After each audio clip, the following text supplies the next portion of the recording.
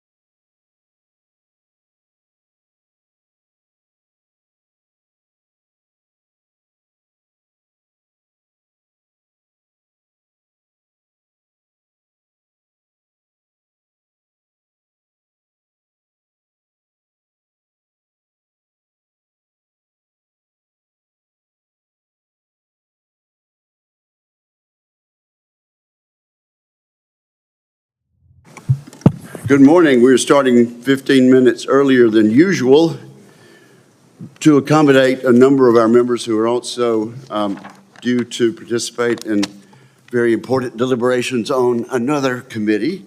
So welcome very much to our hearing to consider the nomination of a very fine candidate for appointment to the grade of Admiral and to be Chief of Naval Operations.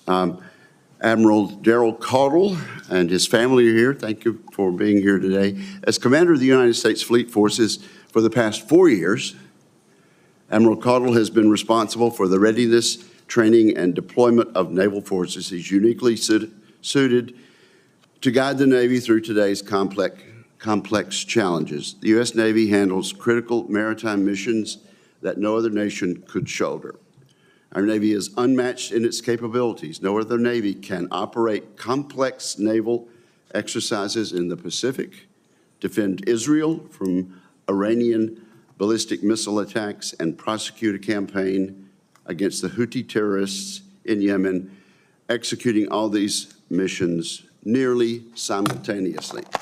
Accomplishing all these objectives is no easy feat. Admiral Caudle has championed a ready fleet, targeting a goal of 80% surge combat readiness to ensure forces are prepared for rapid deployment. He also started the important task of rethinking force generation models to consider how we can more effectively generate combat power. We must start addressing the global demand for United States naval presence by increasing the supply of ready ships, personnel, and equipment. Last week, this committee released the text of the National Defense Authorization Act for fiscal year 2026. In addition to reforms proposed by the Forged Act, our bill seeks to address maintenance challenges faced by the Navy's surface fleet. The Senate's plan adjusts the contracting strategy for ship repair. We would like to see the Navy give a clear demand signal to each shipyard and bring them into the planning process much earlier. Additionally, we proposed authorities that are meant to reverse the inefficiencies in current processes by empowering the fleet to oversee maintenance. I would like to hear from our witness about these reforms and his strategies for boosting readiness to meet global demands. The committee's NDAA would help correct serious deficiencies in the Navy's budget by proposing additional support for the service. Billions of dollars are misaligned between the Navy's budget request and the recently enacted reconciliation law. If confirmed, Admiral Caudle must navigate these fiscal realities in order to keep readiness and modernization on track. I'm hopeful that Congress will unite to raise the defense top line, closing these gaps to ensure our Navy remains the world's preeminent maritime force. Fortunately, the reconciliation law gives the Navy a transformative opportunity. It includes $18 billion for shipbuilding, $5 billion for unmanned systems, $5 billion for rebuilding the maritime industrial base, $5 billion for munitions and missiles, and $2 billion for ship spare parts. These investments are necessary, but they are no substitute for good management.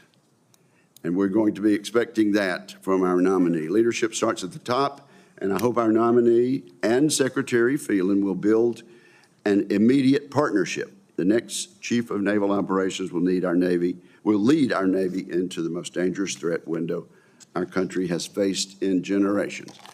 Let me quote Admiral Hyman Rickover. In everything we do, we must ask ourselves, does this directly advance our preparation for war? We all seek peace, but the surest path to preserving peace is by building unmatched strength. I look forward to hearing from our witness on how he will strengthen our Navy to meet the challenges we need. And with that, I turn to my friend and teammate, Ranking Member Reed. Well, thank you very much, Mr. Chairman. Admiral Caudle, welcome, and congratulations on your nomination. It's well-deserved.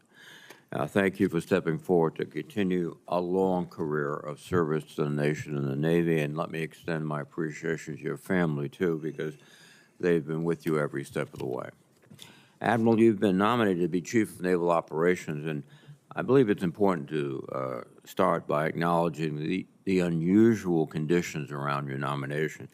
In February, President Trump abruptly dismissed Admiral Lisa Franchetti, who was not even halfway through her tenure as Chief of Naval Operations, and gave no stated reason for the dismissal. Let me take a moment to salute Admiral Franchetti, who served this nation with distinction and honor for more than 4 days and led the Navy with great skill. The committee then waited 5 months for your nomination in this hearing, and during that time, Admiral James Kilby worked tirelessly to cover the duties of both the Acting Chief of Naval Operations and the Vice Chief. And I want to commend Admiral Kilby for his commitment and admirable performance.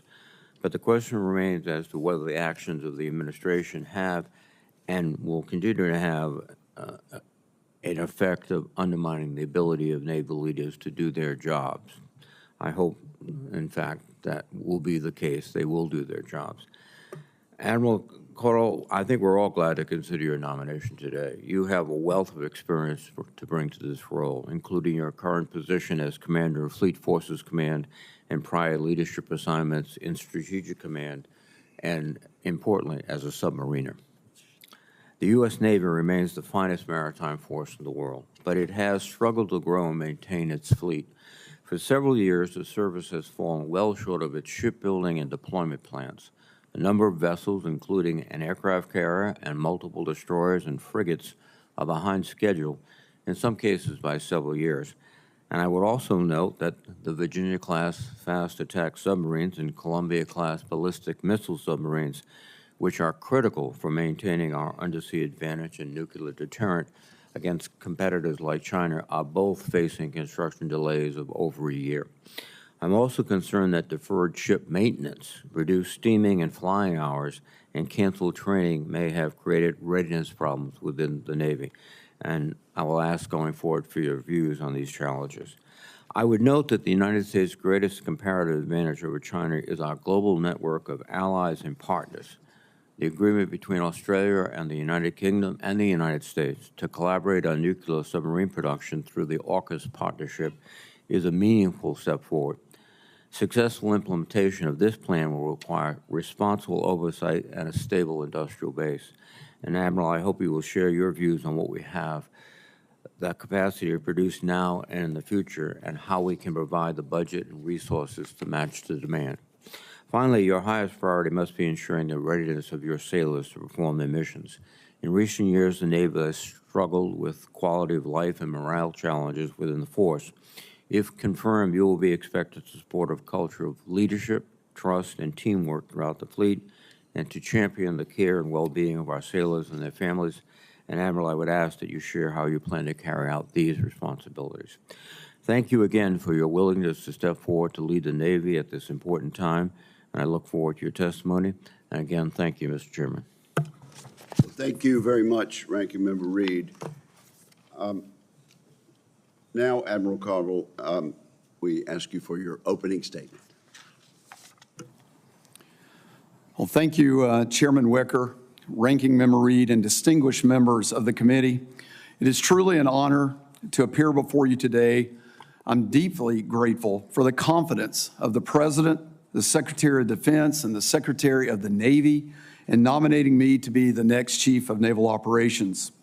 I view this nomination as a solemn opportunity to ensure our nation's maritime dominance is never surpassed by competitors or adversaries. I know full well the number of American families who depend on our nation's armed forces to keep them and our American way of life safe from harm. This knowledge comes firsthand from my own family. My parents, who are watching from heaven right now, imparted upon me the significance of service to our nation. My late father was an Army veteran from the Korean War. He knew what service and sacrifice to a higher calling meant firsthand. Like so many Americans who serve their country, his infectious pride from his time in service made clear the honor and fidelity that comes with wearing the cloth of our nation. My mother, who was so proud of my naval service, had a way to see the quality in a person, the qualities that can only be instilled and honed by the American way of life that we can never lose or allow to be compromised. I'm forever proud and grateful for the unwavering love and support of my 4 daughters and their husbands. Jillian and Luke, he's a Marine Corps officer at Cherry Point, North Carolina. Morgan and Jordan, he's a Navy sailor on board the USS Mason down in Mayport, Florida. Noelle and Billy down in Charleston, South Carolina. And here with me today, Haley and her boyfriend, Grant, from Portsmouth, New Hampshire. My wife, Donna, behind me, who is also here today, has been by my side for the last 21 years, not only providing continual support to me and our own family, but also embodying a steadfast dedication for improving the quality of life, readiness, and resiliency for all Navy families. She knows, like me, that our sailors are the Navy's most enduring competitive advantage, and that a stronger Navy means a more effective Navy fleet. We are both kept young and motivated by our incredible 5 grandchildren who are truly the game changers in our life. Our country and its citizens are in the midst of a crucial era, defined by global competition and technological saturation and unpredictable threats that challenge our American dream.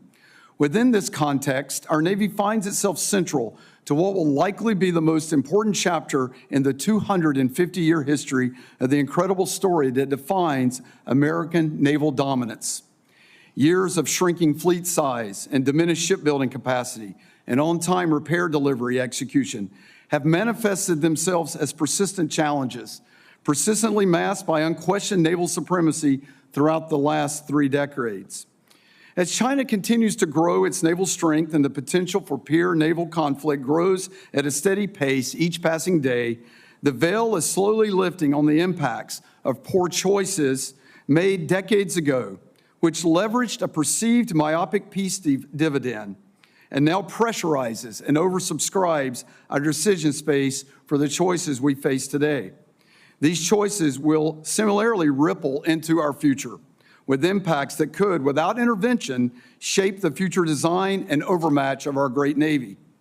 Our maritime fighting forces must continue to be lethal, resilient, agile, and globally present, capable of deterring conflict and, when called upon, achieving decisive victory, delivering peace through strength derived from our credible and persistent combat power from the sea. We must be on an enduring path to deter and defeat threats far into the future, but we must also be ready now to fight tonight if called upon. This duality of urgency, being ready both today and tomorrow, means we cannot choose one at the sacrifice of the other. The protection and prosperity owed to American people demands both, seamlessly integrated, realistically affordable, and highly effective.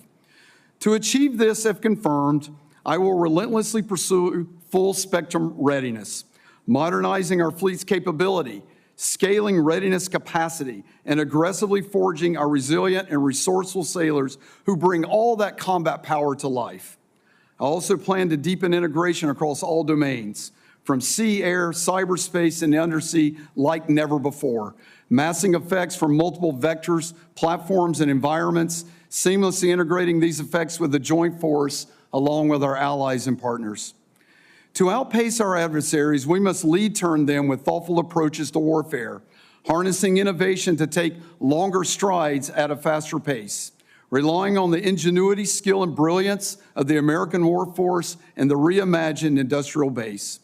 By leveraging modern, modular, and scalable platforms, investing in human capital and warfighting excellence, and integrating capabilities across all domains, my sights are locked in on a Navy that is not only lethal and survivable, but also adaptable and sustainable, ready to fight and win for decades to come, securing freedom of navigation and projecting power where and when it matters most. I'm truly honored for the opportunity to continue to serve in the world's most powerful Navy. I look forward to the opportunity to work closely with this committee and with our nation's elected congressional leadership. I'm grateful for your time today, and with your consideration of my nomination, I look forward to your questions. Thank you. Thank you very much, Admiral Caldwell. And let me just point out that a number of our members are being excused to go to an Appropriations Committee markup. So we will continue to work with them and get a number of questions in. Thank you, Admiral, for your very powerful statement. I agree with it wholeheartedly. We have some standard questions that we ask of all military nominees, and I will ask them now. Simply keep your microphone on and answer yes or no. To exercise its legislative and oversight responsibilities, it is important that this committee and other appropriate committees of the Congress be able to receive testimony, briefings, and other communications of information. Have you adhered to applicable laws and regulations governing conflicts of interest? Yes. Do you agree when asked to give your personal views, even if those views differ from the administration in power? Yes. Have you assumed any duties or undertaken any actions which would appear to presume the outcome of the confirmation process? No. Will you ensure your staff complies with deadlines established for requested communications, including questions for the record in hearings? Yes. Even this hearing, perhaps. Will you cooperate in providing witnesses and briefers in response to congressional requests? Yes. Will those witnesses be protected from reprisal for their testimony or briefings? Yes. Do you agree, if confirmed, to appear and testify upon request before this committee? Yes. Do you agree to provide documents, including copies of electronic forms of communication, in a timely manner when requested by a duly constituted committee, or to consult with the committee regarding the basis for any good faith delay or denial in providing such documents? Yes, Chairman. And then let me ask a question which we have asked of all of our nominees this year. Much of the funding in the Defense Reconciliation Bill is unspecific in the Reconciliation Bill because of our rules, and will technically be at the discretion of DOD, though we have provided recommendations for them. A quick yes or no, Admiral. Do you commit to follow the Congress's spending recommendations in defense reconciliation unequivocally? Yes. Thank you very much. And now, let me, I noticed you mentioned manpower, and I appreciate that. On recruiting, there's some talk that, we might, in addition, in attempting to get our numbers up, we have lowered standards. How do you plan to ensure the service does not become reliant on permanently lowered standards? Senator, first, let me just say thank you for the time we got to spend together in our various meetings recently, and that you quoted Hyman Rickover in your opening. And I think part of my goal is to carry his principles into this job if confirmed. And so standards are at the heart of his philosophy, and of course mine as a career-long submarine officer. So in no way, shape, or form would have we lowered any standard to what we deliver, which is our most precious resource, our sailors, to the fleet. And so to meet recruiting obligations, there have been changes to policy in the last several years that what I would characterize as increasing access to our Navy and utilization of our future sailor preparation course and how we leverage that to ensure that they enter boot camp at the highest levels, coupled with their AFQT scores, I think has in no way lowered the standard. And then at the end of the day, all sailors that graduate from boot camp meet the rigorous standards of that course to the letter. The A and C schools that they have to pass meet all those standards to the letter. Okay, well, just be aware that there is that concern, and we wish you well on that. I've served as a junior member of this committee for a long time, and then as chair of Sea Power and ranking member of Sea Power. And in that connection, this committee has become convinced over time that programs in the high schools like junior ROTC can build a long-term recruiting pipeline. And we were sort of moving away from pretending like that's not a great recruiting tool. And as such, we have directed, not just a request or not just a suggestion, we have directed that we raise the number of junior ROTC opportunities around the nation. Will you commit to following the law as we've put in NDAAs over the past and maintaining and increasing investments in programs like junior ROTC that build long-term recruiting pipelines? Chairman, I'd definitely commit to that, and I'm a fan of that, and learn more about that in the preparation for this. And I would say we maybe haven't gone deep enough, then we ought to also be reaching into the middle schools to make sure we're making people aware of the Navy and service to our nation. And of course, they have the added benefit of building citizens, good citizenship, and an agreement to go extra steps in responsibility. We get better high school graduates, we get higher grades, we get better attendance, and better preparation in the civilian job market. Okay. There's a Navigation Plan 24. You're very familiar with that, are you not? Yes, Senator. Okay, with regard to integration of autonomous systems, 80% surge, enhancing training through virtual environments, and strengthening maritime operations centers, do you support that? And is there anything that needs to be substantially changed in that Nav Plan 24?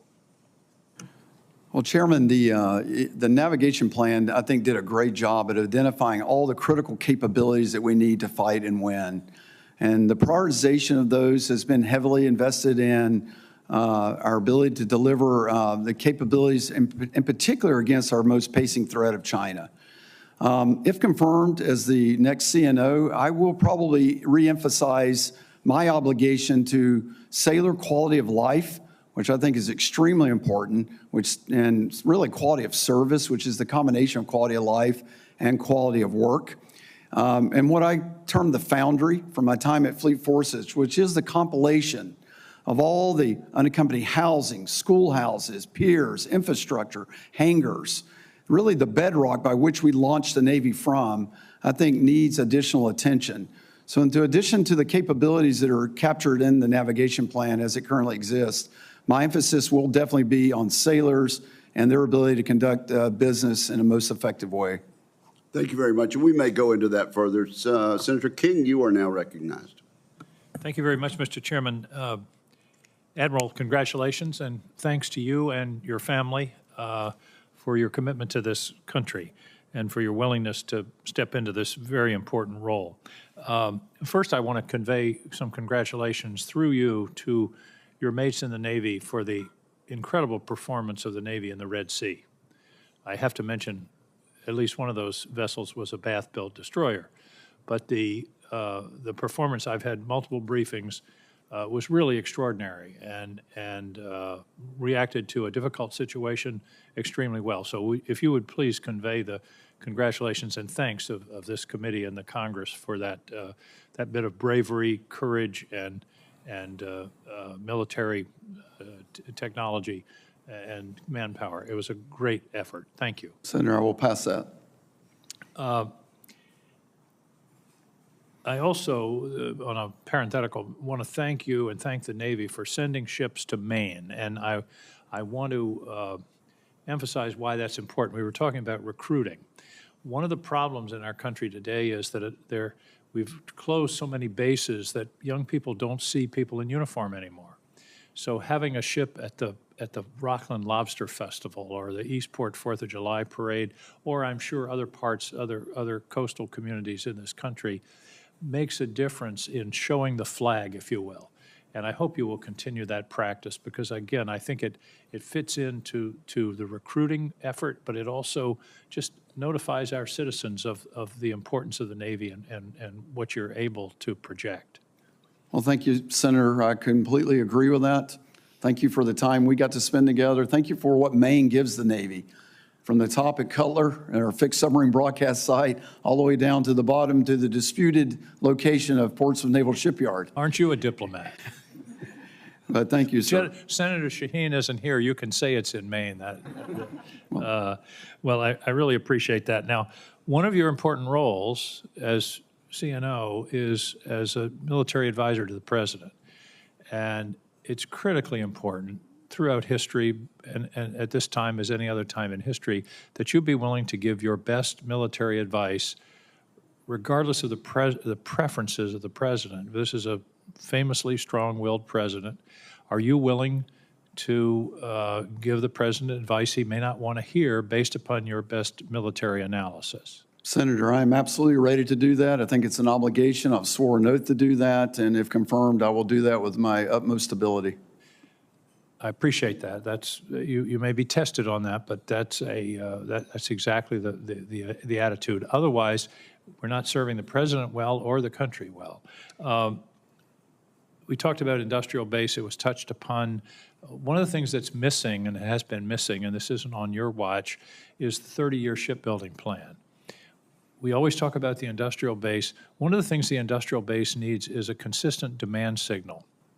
And part of that is a 30-year shipbuilding plan that says to the private sector, here are the ships we're planning to build, here's the schedule, here's what we're looking for in terms of the modern Navy. I hope that that can be one of the things you attend to on your watch is producing that overdue 30-year shipbuilding plan. Well, Senator, I often joke in my office a bit that you can't change a 30-year shipbuilding plan every year. That's called a one-year shipbuilding plan. And that's what we've had. Yes, sir. And so changing year 31 is okay, but not year one. But, sir, you have my complete commitment on that. And I'm a big fan of multi-year procurement, incremental funding, multi-ship buy, anything that can stabilize our precious private and public shipyard workforce with clear planning demand signal, I'm an advocate for. Well, that's absolutely a very important observation, and it's, as you say, the consistent demand signal. It allows the shipbuilding community to hire and maintain their workforce. We can't have troughs in terms of the demand. You and I talked in my office about the issue of availability. And my observation has been if Carnival Cruise Line had the same availability level as the U.S. Navy, they'd be out of business. Now, I know there's a lot more complicated ships, but we can do better than 50 or 60% availability. I hope you agree. Sir, I agree. When I was at Miami Fleet Week, I had the opportunity to, when I was there, to meet with the Norwegian Cruise Line executives. I know we're also working with Carnival. We need a better approach to how we're doing maintenance, and learning from the best in the world certainly should be on the table. So I'm committed to learning from them. The ship classes are different, of course, but the practices of how they prepare for their availabilities, I think, is right for us to learn from. Thank you. Final question, and I'm out of time, but I hope you will pay attention to the subject of directed energy, which I think is a very important capability. It's a directed energy shot is a lot cheaper than a $4 million missile. So the budget, the prior administration grossly underfunded directed energy. I hope that's something you will look at carefully and support, because I think that's the future of naval warfare. Senator, my master's degree from the Naval Postgraduate School back in 1990 through 92 was in directed energy. My thesis is on high-powered lasers. I've not seen the Navy do an adequate amount of effort translating the research and development into shipboard use. We have the one instantiation on Preble. It's not enough, and I can agree with you that if confirmed, I will make that a priority, because it is the infinite magazine, if you will, especially against certain targets. Thank you, Admiral. You just got my vote. Thank you, sir. I'm sure all of us will be asking for copies of that thesis by noon today. Senator Fisher. Thank you, Mr. Chairman. Welcome, Admiral. My thanks to you and your family for your many years of service and sacrifice to this country. The Navy's recent operations in the Red Sea against the Houthis showed us just how fast munitions are expended in these modern conflicts. It highlights the need that we have for, I believe, a more robust defense industrial base so that we can quickly replenish those munition stockpiles. Do you have any suggestions on steps that you would take to help increase that munitions production capacity? Well, Senator, thanks for the time we got to spend together on a couple of occasions and all the conversations we've got to have. That's a large project, but I can tell you some priorities that I would look for. First of all, we have way too many sole source vendors that are underproducing. So what happens is we try to hold our contracts accountable for the primes, but they're being held hostage by components they can't get in time, which ends up delaying the overall delivery of the munitions. So we need to work through that. There are some efficiency steps of where we move around our munitions to too many places before final assembly. You know, so those are just waste steps. So how we actually gear and tune our industrial base to streamline the production more efficiently has got to be part of that.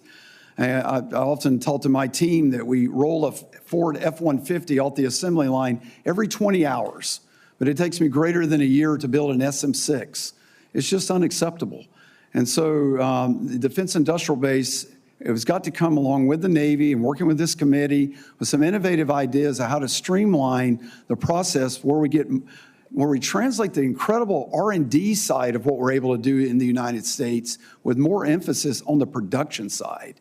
And I don't know that the existing Defense Industrial Base is geared as well as it should be for the production side of all of our business. Thank you. I hope you'll be firm in your suggestions on how we can better approach that. The Columbia-class submarine, it's delayed, I understand, by about 17 months. What more do you think we can do to get that back on schedule? Well, that's, we anticipated some delay. And if you go look historically on the first of class, the Navy routinely delivers the first one from the initial concept to its first deployment, anywhere from about 15 years at best to up to 20, 22 years. And so that's obviously not good, but that's historically where we find ourselves. So Columbia is an incredible platform that's going to take us into the 2080s. The technology on board that is like no other ship ever built. So the program managers, the Navy, and an electric boat and Huntington Ingalls Newport News Shipbuilding. We're a team on this. So we're working hard to go try to pull that schedule left. You do have their time right. It is about 18 months behind. So we're working some things, making sure that we don't fall behind on advanced procurement of materials, and that we're lead turning anything we see that may be a stop to the component assembly of those production parts. There's no good answer to that other than just kind of some great project management and leadership at the work site. Okay. I'm concerned about the current nuclear modernization programs of records. They are necessary, but they're not sufficient that we have. The force design structure we have today, it was decided back in 2010. If confirmed, how would you work with STRATCOM to determine the force structure that we need that's going to be sufficient to really be a credible deterrent to two nuclear peers that are threatening our homeland and threatening the world? Well, Senator, I'm concerned about that too. It's a math problem. And so we're going from a force of Ohio class that have 20 tubes with 4 that are out of commission due to New Start, but a class that has 14 ships with 24 potential tubes down to a class of 12 with 16 tubes.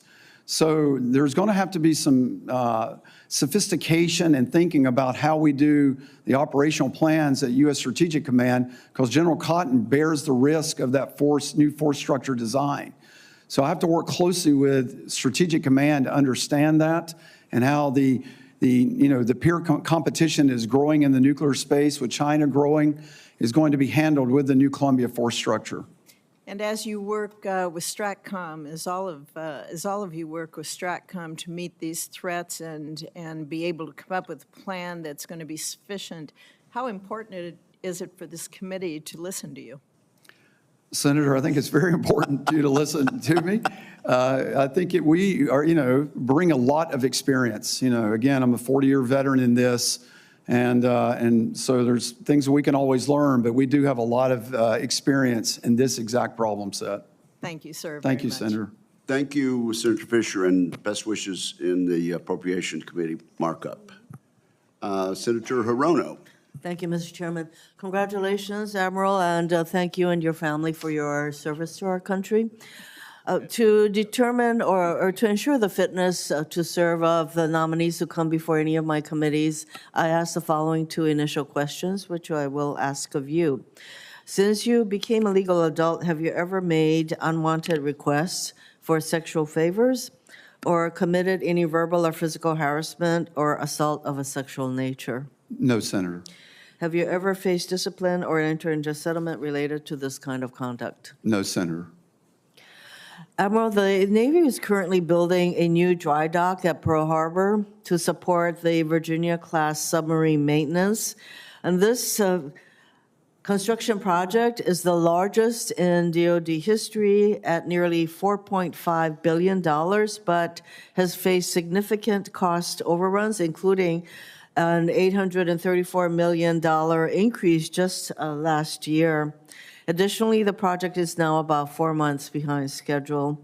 Should you be confirmed, how do you plan to ensure the dry dock construction remains on budget and on time? Well, Senator, let me just say I'm a Hawaii sailor. My wife and I love the island, 7 years there. I look forward to getting out there with you and touring that dry dock. It is a national asset. Yes. So I share your concerns. The Navy's ability at Naval Facilities Command has historically not been good at estimating the cost and schedule on our dry docks. We have improved in that area and worked hard to do that. Unfortunately, the Hawaii dry dock was subject to that.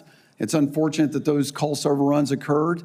If I'm confirmed as CNO, I will work with the team to do the best I can to get that back on plan and back on schedule, ma'am. This is such a massive project that I do think that it requires your personal attention. So I'm glad that you intend to go to Hawaii. And when you do, please let me know when that happens, because I would like to join you in that Yes, visit. Senator. Would you commit to being personally engaged and making sure that this project comes in on time and on budget? Absolutely, Senator. Thank you. As you well know, in 2020, 21, there was a giant fuel spill at Red Hill that impacted some 90,000 plus residents in Hawaii. And there are some ongoing resources that will need to go toward what is going on at Red Hill, including defueling and making sure that the environmental issues attendant to closing that facility is supported. So how do you plan to prioritize the necessary long-term environmental remediation at Red Hill and also ensuring that the Navy provides a safe drinking water system to the military and the surrounding community? Because that was one of the major problems, that there were wells that were contaminating potentially the water system that the people of Oahu rely upon. Senator, you have my absolute commitment on this. We want to finish the Red Hill defueling and cleaning process on time and on schedule.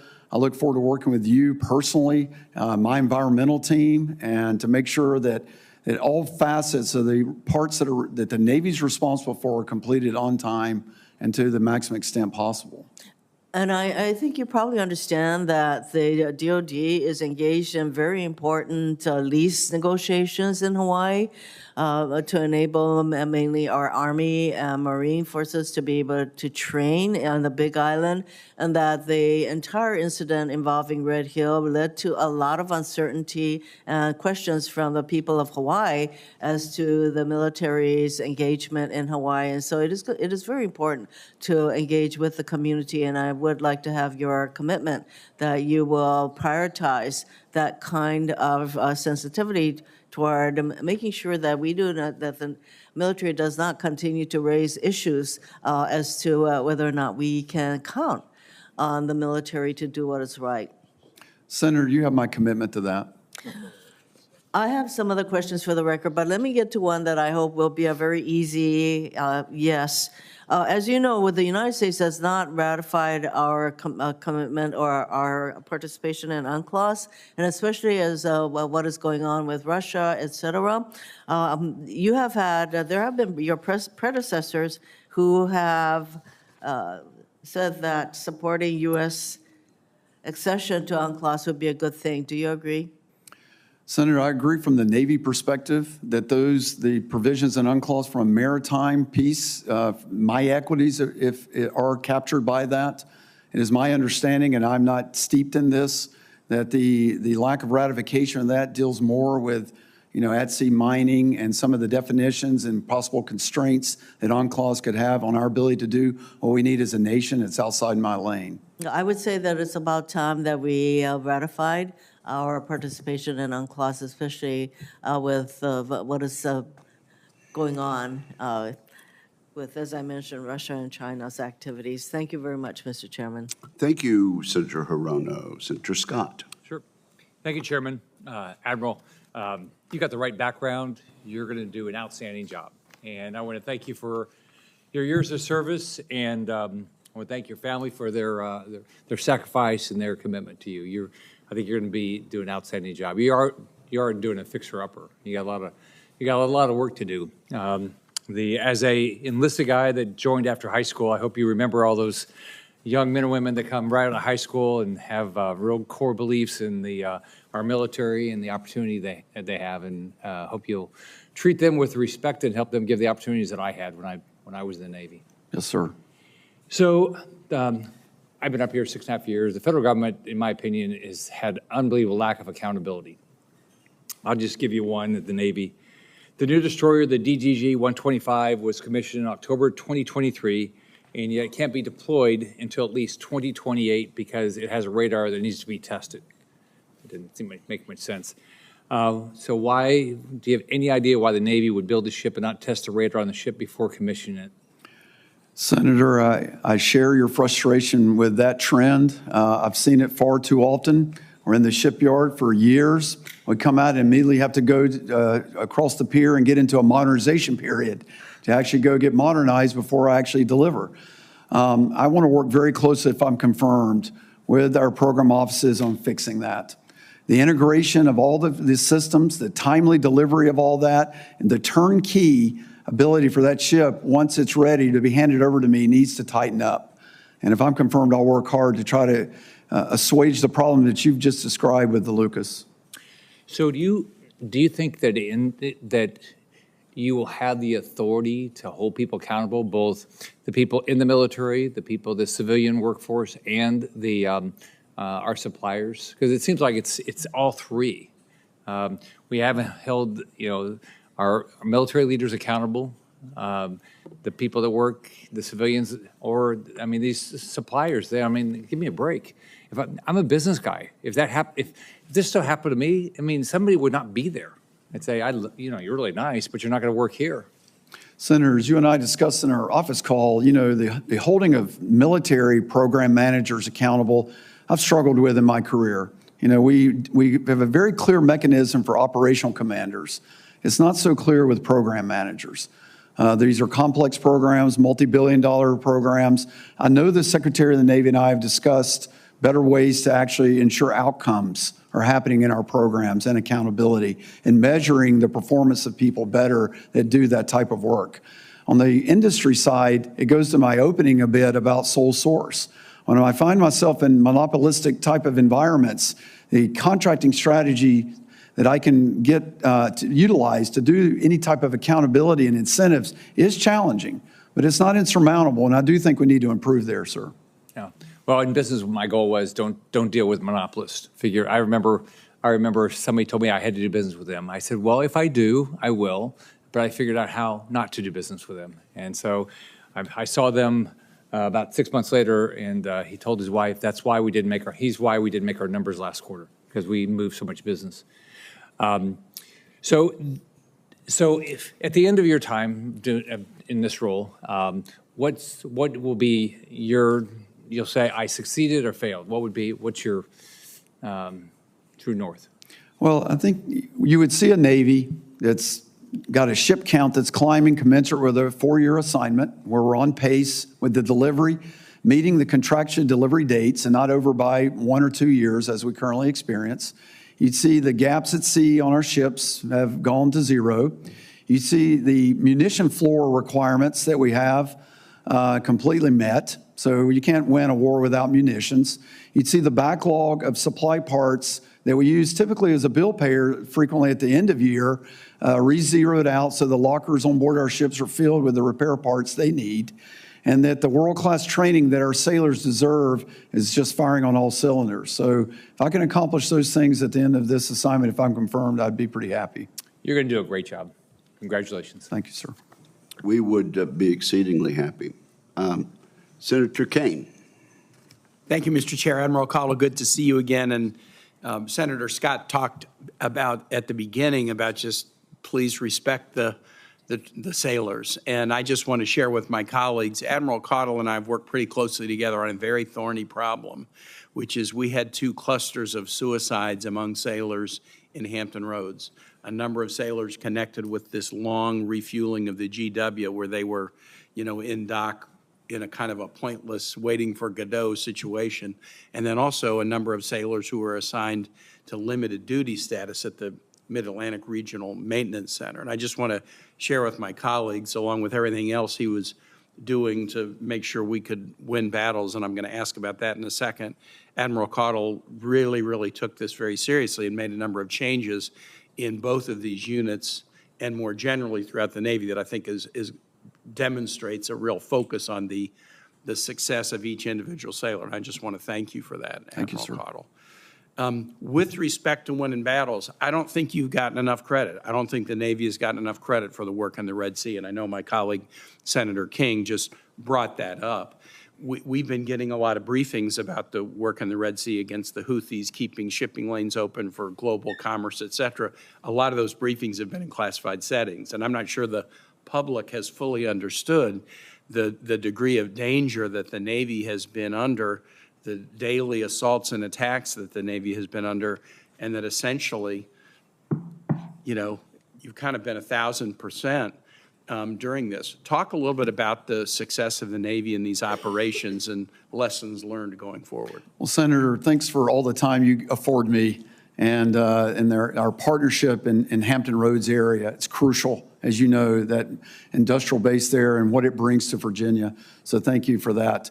And thank you for the acknowledgement of the sailors and strike groups and destroyers and submarines that have been part of those operations. Let me just highlight real quick just the importance of the heroes on board these ships. And those are the real weapon system. It's the sailors on board. Their training, you can go watch any of these crews that are in these combat centers and the way they are mining their panels in a very complex environment and defending the carrier strike group so it can conduct its operations.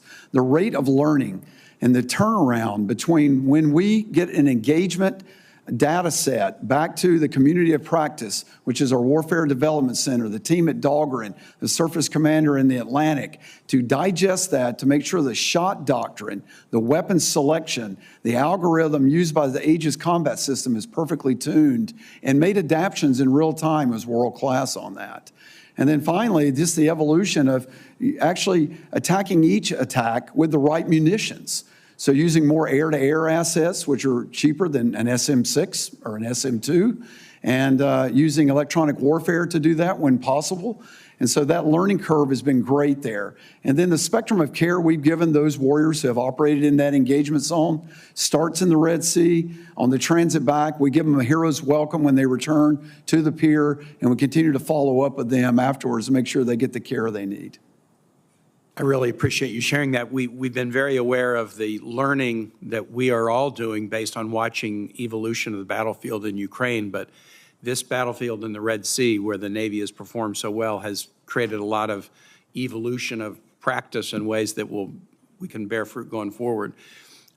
My colleagues have heard me talk about this during the NDA markup, but I want to just raise it again.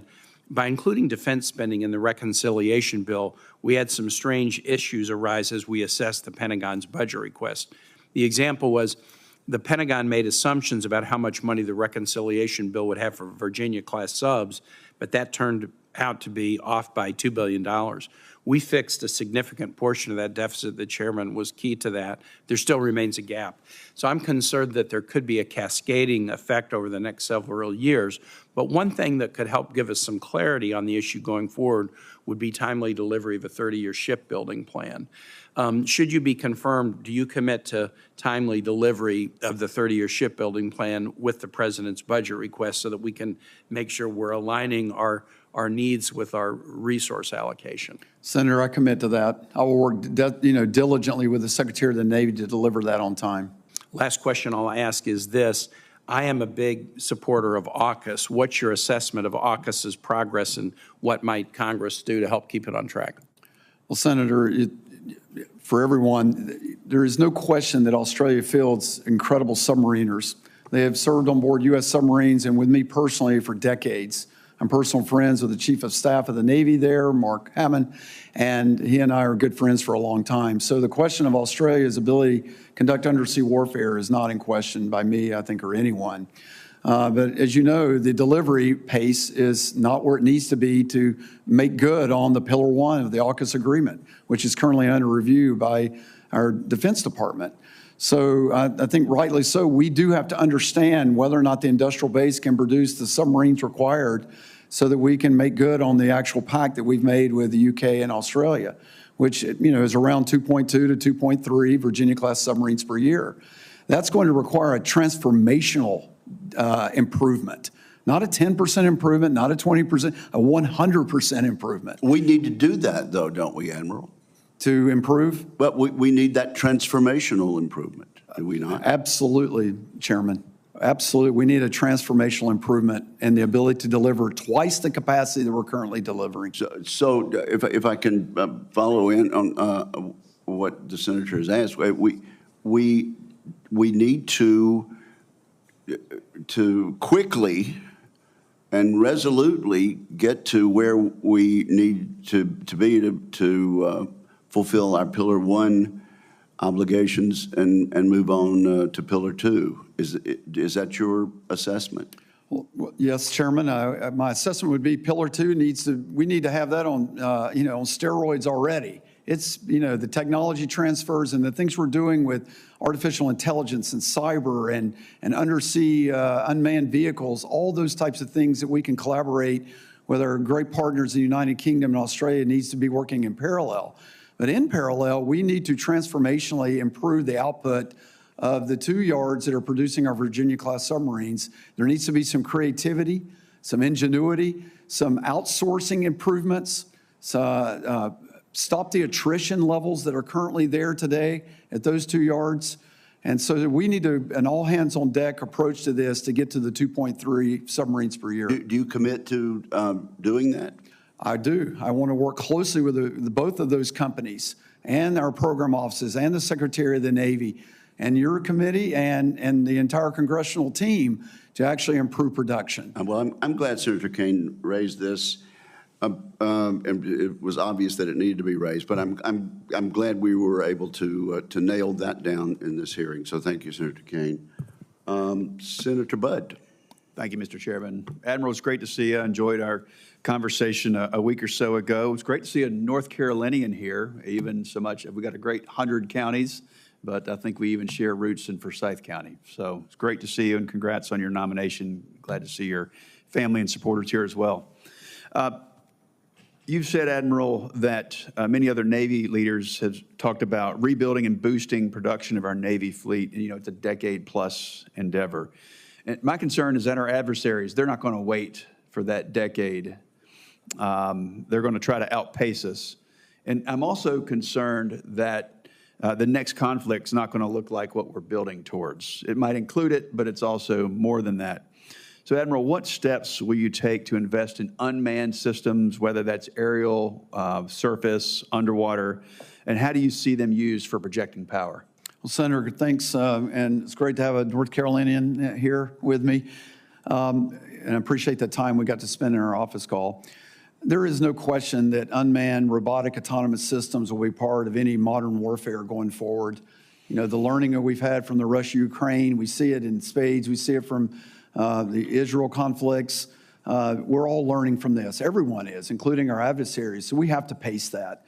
So there has to be robust investments in robotic autonomous unmanned systems. There has to be good, clean command and control. There has to be good concepts of operations. There has to be good ideas on how we're going to deliver those capabilities so they're not just PowerPoint deep.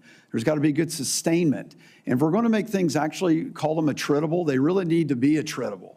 It's not in our nature in the Navy to really treat things attritable. And so we can spend money that maybe is not necessary in that area where we need to just be able to get a paradigm shift on how we treat those. But I completely agree with you, and if confirmed, you have my commitment that this idea of a hybrid fleet will be part of my vision for the future of the Navy. Thank you, Admiral. That was a question about how we play offense, but let's talk about how we play defense as well. So what would you do to protect our naval installations and assets from unmanned threats? And how would you work across the federal agencies to make sure that we don't have a modern-day Pearl Harbor with drone swarm or any other types of modern attacks? Well, Senator, my current position at Fleet Forces, I'm also the Naval Component Commander to NORTHCOM. So it's my responsibility for force protection of all CONUS bases. And so this idea of having good counter unmanned aerial systems at our installations is extremely important to me. It's something I've worked very closely with General Guillot, the NORTHCOM commander, on. It really got highlighted with the UAVs that were seen around Langley and around Earl, New Jersey, kind of put this on the map. But it's something we've been watching for several years, understanding we're not well equipped at all of our bases to handle that threat. So this ties to, Section 130I authorities for covered bases and assets to make sure all bases have those authorities. These are best of breed practices as joint solutions. Some of my sister services have better solutions than the Navy. I need to learn from that and field some of those capabilities. But at the heart of that, sir, is good common operational picture so the base commander can see the environment and a range of ways to actually approach countering attacks that they may encounter from UAVs. And that has to be non-lethal and lethal effects. Thank you. So if confirmed, Admiral, how would you direct the Navy's acquisition system, if it's buying systems like you just talked about or anything else you have in mind or that we need, How would you do that to cut red tape, streamline contracting, and speed up delivery of these critical systems? I know we've talked about that, but drill down, if you would, to the first 90 days, how you'd want to get after this. Well, I need to get smarter on the impediments that currently exist in law. You know, as an operational commander for most of my career, I've been, I'll call it somewhat of a victim of it, and not necessarily a person that's, been able to, take charge on it. But now I find myself, if confirmed, being in a position to do that.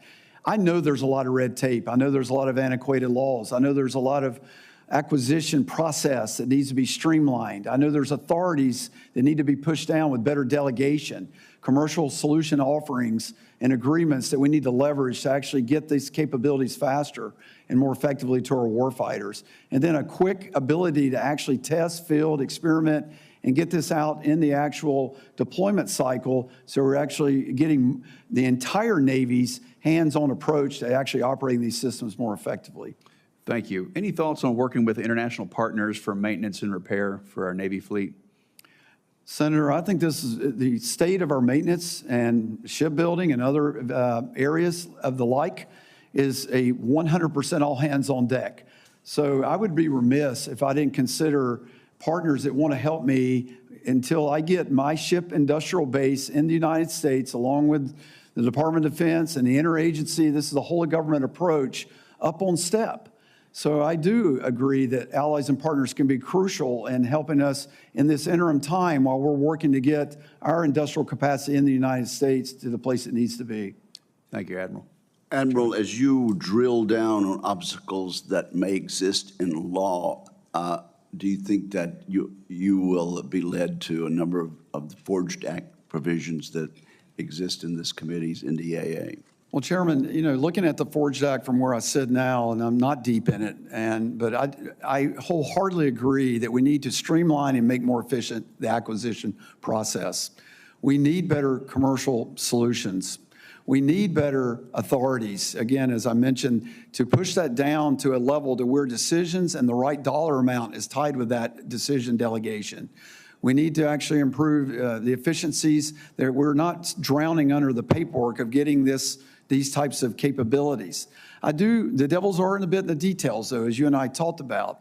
I don't want, I do have Title 10 authorities, and so does the Secretary of the Navy. So anytime you try to short circuit, and make things quicker, I just want to make sure that the equities and the requirements that I'm required to have to ensure these capabilities that I can organize, train, equip sailors to operate and sustain them is not short-circuited. So if that's the case, then yes, I'm very much behind it, sir.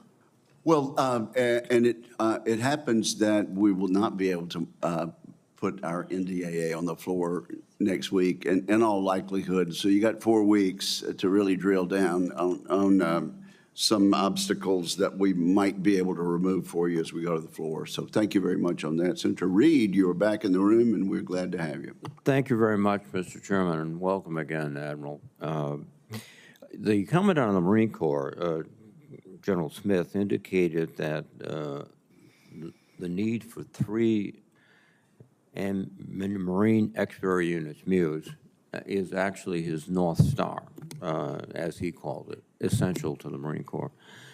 And in the fiscal year 23 NDAA, Congress amended Title 10 to require that the Navy maintain 31 amphibious ships. But with maintenance backlogs and other issues, we are now only able to deploy 1 MEU and sometimes 2 MEUs. Do you agree with the Commandant that we need 3 MEUs, and what must we do to get them? Ranking Member Reed, General Smith and I are partners. We're good friends personally. I do understand what he views as a requirement to deliver 3 ARG MEUs. The last time we were able to do that was in the 90s. It took a force structure of 37 to 40 amphibious ships to do that. I am committed to making sure that I comply with the law with 31 amphib ships. So I just want to make sure that's clear. So 31 is with our model that we currently have, even if the maintenance challenges that I can discuss with our amphib readiness were not in play, a 3.0 ARG MEU presence would not be capable with a 31 ship force structure, with a 4 to 5 to make 1 100% of the time. So I do look at that as a goal. And I'm committed to working with him to deliver the most combat power that force can deliver while I'm getting the readiness of those units improved, which it desperately needs, which means adopting a lot of the best practices that we do with other ships that, quite frankly, we've not applied to the amphibious force until late. Well, thank you, sir. One of the great challenges before us, particularly in the Indo-PACOM area, is contested logistics. We've been operating, frankly, since World War II with air superiority and the ability to move supplies anywhere we want. We won't have that if there's a conflict in the Pacific. And as Napoleon reminded us, an army moves on its stomach, and I think the Navy moves a little bit on its stomach also. What capabilities will you need, and what can you do to ensure that we can get the ammo and the support we need to our troops?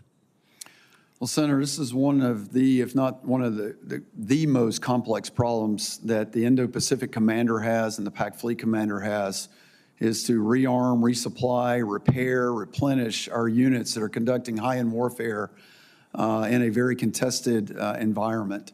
A lot of energy and focus and experimentation and wargaming has gone to this. Command structures are being built to actually command and control it effectively. But at the heart of it is going to have to take a healthy combat logistics force.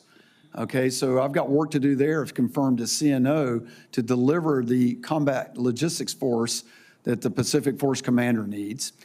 Everyone is subject to targeting in a theater, and so all the efforts that we're doing for counter-targeting to make our units resilient so that they are not under a target, being examined as a target, it's got to be part of that. A moving target is hard to hit, so all the technologies that we're doing to be able to do things while underway improves resiliency and making us be able to actually do those things we talked about. The allies and partnerships that we're going to need for access, basing, and overflight are going to be crucial to this as well. So there's got to be a full spectrum approach to ensuring we're able to do this, sir, and I'm committed to that if confirmed. Well, thank you very much, Admiral. I think one of the areas, too, is that we do not have a very robust merchant marine fleet, and we're either going to have to borrow it or somehow find it, and that is another one of, I think, the issues you must confront. Just quickly, a comment, cyber, we're having a difficult time in every service to both train effective cyber operators and, more importantly, retain them. And I hope that's something that you will look into very closely and see if we can enhance both the training and the retention of these personnel. Well, Ranking Member Reed, cyber is an incredibly aspect of modern warfare. It's an incredible part of our own warfare structure and our ability to defend, conduct offensive operations, exploitation operations. These are critical skills. The teams that we build for U.S. Cyber Command, the Navy has not filled all the requirement. We have definitely improved. We've created ratings, like our MOS is essentially for the Navy, and designators for officers to improve that. But the attrition of those forces, because they're so highly trained, are in high demand from everyone. And so there's a model there that I need to understand better to make sure that I can actually pull this off, working with the joint force to make sure that we can deliver what we need as a service in this critical domain. And I'm committed, if confirmed, to doing that, sir. Thank you very much, sir. Thank you, Mr. Chairman. Thank you, Senator Reed. Senator Rounds. Thank you, Mr. Chairman. Admiral, first of all, thank you for your service to our country. Thank you to your family for their sacrifice as well. Let's talk spectrum. We did in my office. I want to get it on the record. This committee would be disappointed if I didn't follow this line at some point. I've heard from over 30 senior DoD officials in hearings over the last 2 years, including every service chief and 8 combatant commanders, that vacating the 3.1 to 3.45 gigahertz band of spectrum would have a significantly negative consequence for our warfighting capabilities. In fact, the Department of the Navy previously estimated that relocating your systems to a different spectrum band would cost them $250 billion. Both the Navy and the Marine Corps intend to make extensive use of capabilities which require the electromagnetic spectrum to function in the Western Pacific against China.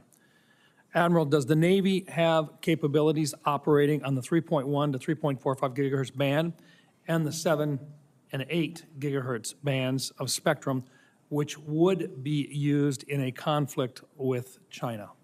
Senator Rounds, thank you for this and for championing this for our time in the office. I appreciate you hammering it because it is so vital. All of my critical weapon systems, electronic warfare systems, communication systems, everything that I do pretty much to conduct high-end warfare operates in these bands. Asking me to maneuver outside of that, I'm not sure how we came up with the number 260. I would have probably given you infinity. And so it's just really, this is a 100-year project to go to retune the Navy's combat system to move outside that band. So I would implore anyone that's thinking about doing that to not do that and allow the Navy to actually operate in the bands you described, Senator. Thank you, sir. And I think the other question that I would ask is some people think that there's an easy way to simply just share the bands with commercial operations. Would you care to comment on that, sir? Well, Senator, what I found, and this is from my experience in my current role as U.S. Fleet Forces, is there's strict rules that the FAA and the FCC and others actually have in the sharing. And just with our certification events, Comp2X we call it, composite training exercise to certify our strike groups for deployment, requires careful navigation in these frequency bands just to get the authority to do our training. So if I get constrained further to do that, I just think it'd have detrimental effects to our Navy, our ability to deliver combat-ready forces. Thank you, sir. Sir, we discussed in my office the likelihood of being engaged with multiple adversaries in multiple theaters at some point in the future. Most observers assess that our adversaries will seek to press their advantage in the event we are committed in another area, particularly given the increasingly close coordination between China, Russia, Iran, and North Korea. How can the Navy be better postured to maintain deterrence in multiple theaters? Well, Senator, let me just say first, we've only had regional conflicts since World War II because we have a nuclear deterrent. So there can be no chinks in that. So we want to make sure that if there is a conflict, that it doesn't go global. So we must continue to fund all legs of the strategic triad. That just goes without saying. The second part is we need the Navy the nation needs from the amount and capacity so that the presence and posture into the critical areas to squelch any opportunism is put at bay right away. We're not going to be able to do that alone, Senator. That's going to have to be with allies and partners. Partnerships and making sure NATO carries their weight, making sure partners in the Western Pacific carry their weight and are with us on this to give us the actual capacity we need if we're going to actually confront two peers. And so I think the partnerships are crucial to that as well. Thank you, sir. Admiral, the Navy's shipbuilding plans and the SIOP call for long-term investments to modernize fleet and sustain undersea deterrence. We've talked a lot about that already today. Let me ask you just a question. It's about time we start talking about how we fix the existing stuff we've got out there. Since 2017, I've asked about the USS Boise as an example. Los Angeles-class attack submarine. It's now been out of service, not even able to dive, I believe, since 2017 or 2018. Over 9, almost 10 years now, at least in that neighborhood, being out of service, setting in dock, waiting for its half-life to be completed. Is it time we just simply pull the plug on that one and start looking at other stuff? Well, Senator, you know, it's like a dagger in my heart as a submarine officer when you bring up Boise to me because it's an unacceptable story. But it's a story of where we walked away from a private capacity, our private yard's capacity to do in-service repair decades ago. And as a relief valve to an oversubscribed public yard, we decided to induct 3 ships into Huntington Ingalls and a couple in the last several years into Electric Boat. Because of the lack of investment in those areas, because we did walk away from that, I think both of those yards had some learning to do before they were able to get up on the step. And that learning has not been quick and it's not been effective. And without a clear demand signal of what unit's coming after Boise, I worry that effort won't be applied to Boise to get her completed. So working with the Secretary of the Navy, I want to take that on if I'm confirmed and look at that hard. The decision whether or not to actually walk away from Boise is a big one, and I want to make sure I clearly understand the trajectory and trends. But I hear you loud and clear, Senator, on how unacceptable it is, how long she's been in the yards. Thank you. Thank you, Mr. Chairman. Well, thank you, Senator Rounds. And Admiral, let's continue to have a dialogue about that so we can move to a decision.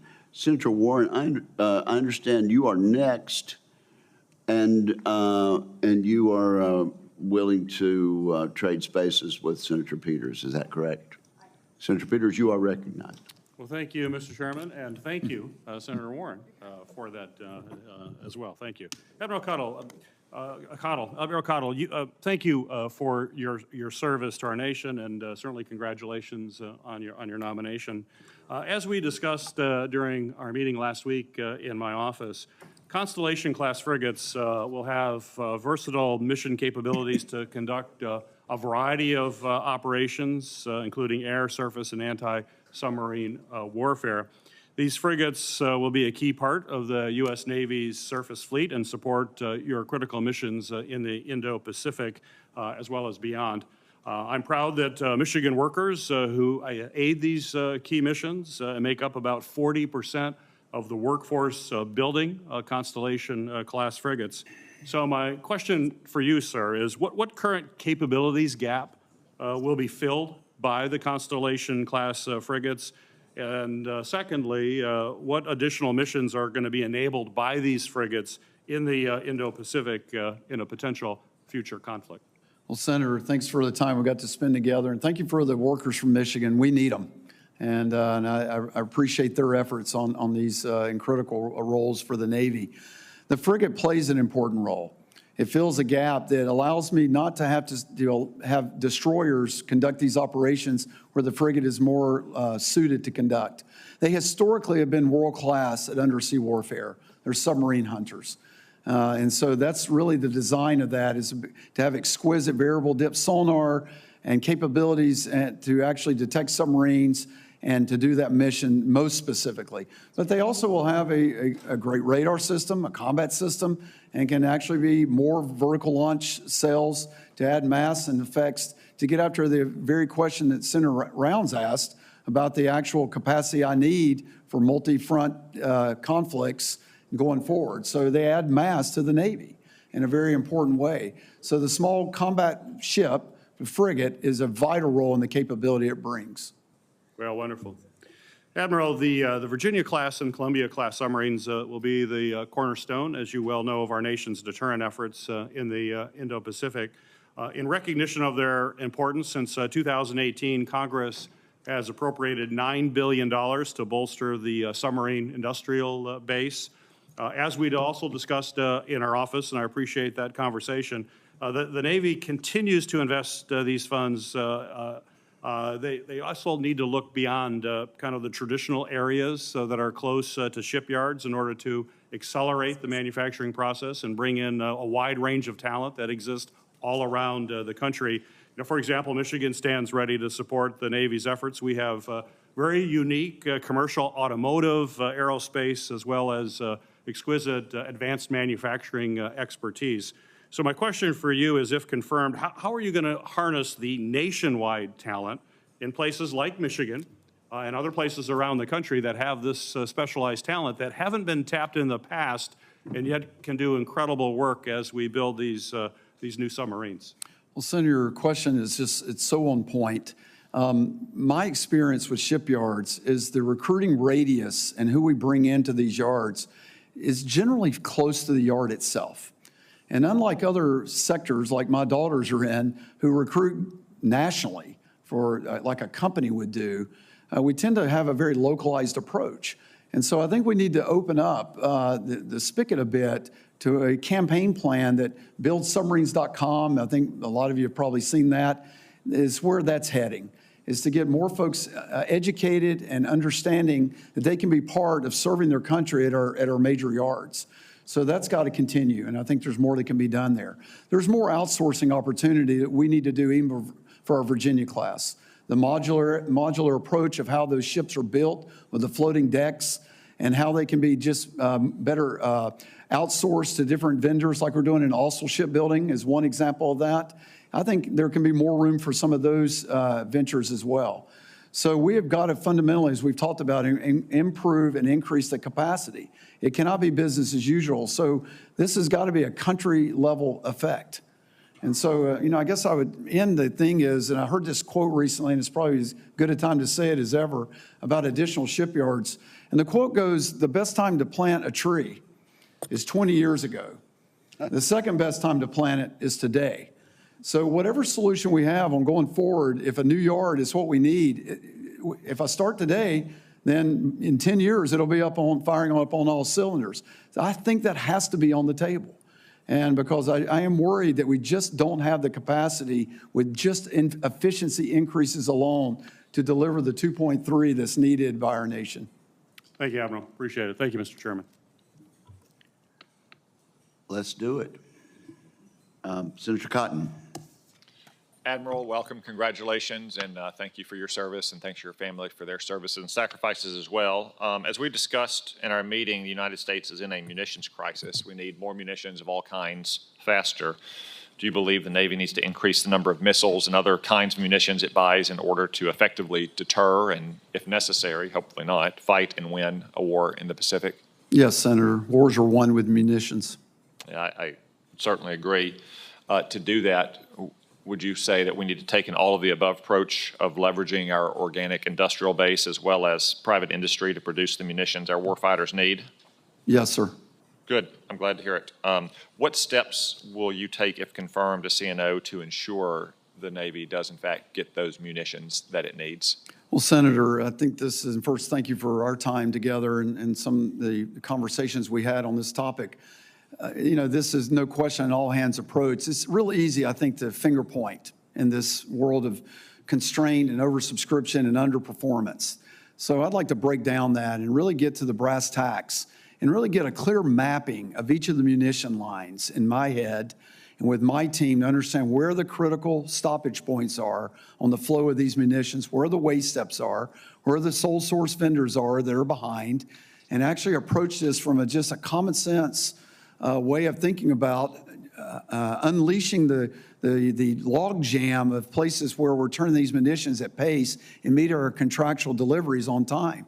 It will not do any good with the money that you would like to budget for me if I can't translate into the actual delivery. So I need to work with the partners, make sure the Navy's clean on the way we do qualification and validation and certification steps, and I'm doing my role along with the industrial base to deliver these critical munitions, sir. Thank you. We've heard a lot of talk this morning about shipbuilding. You've spoken extensively already about the need to increase the readiness of our naval fleet. Of course, readiness depends on having ships that are prepared to be at sea, and shipbuilding is only as good as our maintenance plan is for those ships once they're at sea. What can we do to address the maintenance backlog that the Navy faces today and get those ships out of dry dock and back into sea faster? Well, Senator, that's a massive venture that I want to spend, if confirmed, my heart and soul in to get turned around. But there are some things I can give you that all shipyards need to adhere to, and that's giving the shipyard a clear demand signal for when the unit is coming in for the maintenance period. So that's a maintenance plan. And that planning needs to be stood off with sufficient time that the yard knows it's coming, has the funding and the workforce ready with a clear signal and a stable workforce. Long lead time material. We want the actual parts in the hand of the worker when it's ready to be assembled. And so the technical work documentation is part of that as well. And so the planning time horizon, the location of where the actual maintenance is going to take place, the readiness to start day one, solid project management, and workforce development and skills are all part of all solutions and to your questions. Okay, thank you. Final question. I think China poses the most severe long-term threat to our nation, and that is a primarily maritime domain, not exclusively, but primarily. At the same time, the Navy has to be ready and postured to face threats around the world. The Navy was part of the outstanding Operation Midnight Hammer that devastated Iran's nuclear programs, also led the way in the fight against the Houthi rebels in Yemen earlier this year. What do you see as the biggest challenges the Navy faces to being prepared, not just to deter the China threat, but also to ensure American leadership around the world on the seas? Well, Senator, I think overall the biggest challenge is a capacity problem. And so that makes us have to think. So when you don't have enough stuff, you really got to put your brain to your schemes of maneuver, your ability to counter targeting, counter ISR, to actually have synchronization. There's an old saying that precision beats power and timing beats speed every time. So we have to bring those types of thinking in. But at the end of the day, mass will matter. It will. And so that's why I need the munitions, I need the ships, and I need to posture them correctly with great intelligence sources to know when and where to do that best. And I do want to thank you for calling out the Navy's role in the Midnight Hammer. I know our Air Force partners get a lot of the credit, but there were a lot of TLAMs that were shot by the submarine force in that as well. So I appreciate that, sir. Yeah, they all did a great job. Thank you. Senator Warren. Thank you, Mr. Chairman, and congratulations, Admiral Caudill, on your nomination. So for years, defense contractors have slipped fine print into contracts that limit the Department of Defense's ability to fix its own ships and fighter jets, MRI machines, radar systems. Last month, Secretary Phelan told this committee that he saw firsthand that sailors on the Gerald R. Ford carrier couldn't fix ovens or elevators themselves because they had to wait for contractors to come and do it. Now, the Government Accountability Office estimated that repair restrictions are costing the Navy billions of dollars and also costing the Navy opportunities to train sailors to repair their own equipment in the field. In peacetime, that is expensive and inconvenient. In the middle of a conflict, that actually puts our security at risk. So, Admiral Caudill, you have commanded sailors in the Pacific. If their equipment breaks in a war zone, is it a problem if contractors are not able or not willing to come to the front lines to be able to fix it? Well, Senator Warren, let me just say thank you for championing this right to repair initiative. It's so vital. It's so ridiculous that sailors cannot actually enter a piece of equipment because of a contractual reason, a warranty violation. It goes right to the heart of what we call self-sufficiency. So I don't like it in peacetime, and I certainly do not want it in wartime. It's not sustainable. It's dangerous. Yeah. So I'm 100% committed to understanding it more fully, I guess the language of the right to repair piece, but the idea of what you're describing, I am fully committed to, Senator. That's right. And I really do want to hit the point as well that if sailors aren't getting a chance to repair this equipment in peacetime, you can't just say, okay, if war comes, you go ahead and repair it now, because they don't get the opportunities to learn it and kind of know how all the pieces work. Is that a fair statement? Senator, it's 100% fair. It ties to how we build our schoolhouses. So the curriculum will change when I have the right to repair equipment that I'm not currently repairing. Yeah. So it has these kind of second and third order effects as well. Well, I really appreciate your enthusiasm for making a change in this area. The Army has said that it will require contractors to provide the technical data and diagnostic tools necessary for the Army to be able to maintain weapon systems itself. Makes us more resilient, enhances competition, grows the industrial base, helps with the training of our people. I worked with Senator Sheehy and the members of this committee to secure a provision in the NDAA that you just referred to that will provide a right to repair for all of the services, and the House bill now includes similar language. Why are we still talking about this? Well, because the lobbyists for the defense industry are now pushing back. They like being able to get restrictions on your ability to repair because it means that they can not only charge you the initial price to sell you the piece of equipment, but they also can charge pretty much whatever they want, if they have a monopoly on this, to charge you for all of the repairs and maintenance down the line. So, Admiral Caudill, as a commander, what difference will it make to the warfighter for the Navy to have broad authority to secure the rights necessary to keep our fighter jets flying and our ships sailing wherever we need to keep Americans safe. Well, Senator, it's vital. There should be nothing on board a ship that a sailor cannot repair. It's just said that simply. And that's how we make sure that we're ready to fight. Things break all the time on our ships. And to keep them going, sustained. And that's why this is just not just a wartime. We need these equipments. I mean, it's dangerous where we operate now, even in peace. They're not there just sailing around. We're actually acting as a deterrent. We're a vital part of that, at the ready. And so when a piece of equipment's down and our readiness is not 100%, and it's because I can't repair it, then that's unacceptable in my mind. Yeah, well, I very much appreciate that. Thank you, and appreciate your statements here and look forward to working with you on this. I also want to say I appreciate the qualifications you bring to this role, but we have to acknowledge the circumstances surrounding your nomination. Admiral Franchetti, the first woman to serve as Chief of Naval Operations, was removed by the President without any explanation. That's not on you. But we need the best and the brightest in this country to serve in the military, and we aren't going to be able to compete with China or anyone else if women know that their talents and hard work are going to be tossed aside. Everyone in this room needs to take a hard look at what's happening at the Pentagon right now. Firing good people who do their jobs does not make us safer. Thank you, Mr. Chairman. Thank you, Senator. Senator Sullivan. Thank you, Mr. Chairman. Admiral, good to see you again, sir, and thanks for your visit in my office last week. I really enjoyed our discussion, and I appreciate your service, your family's service, all the Navy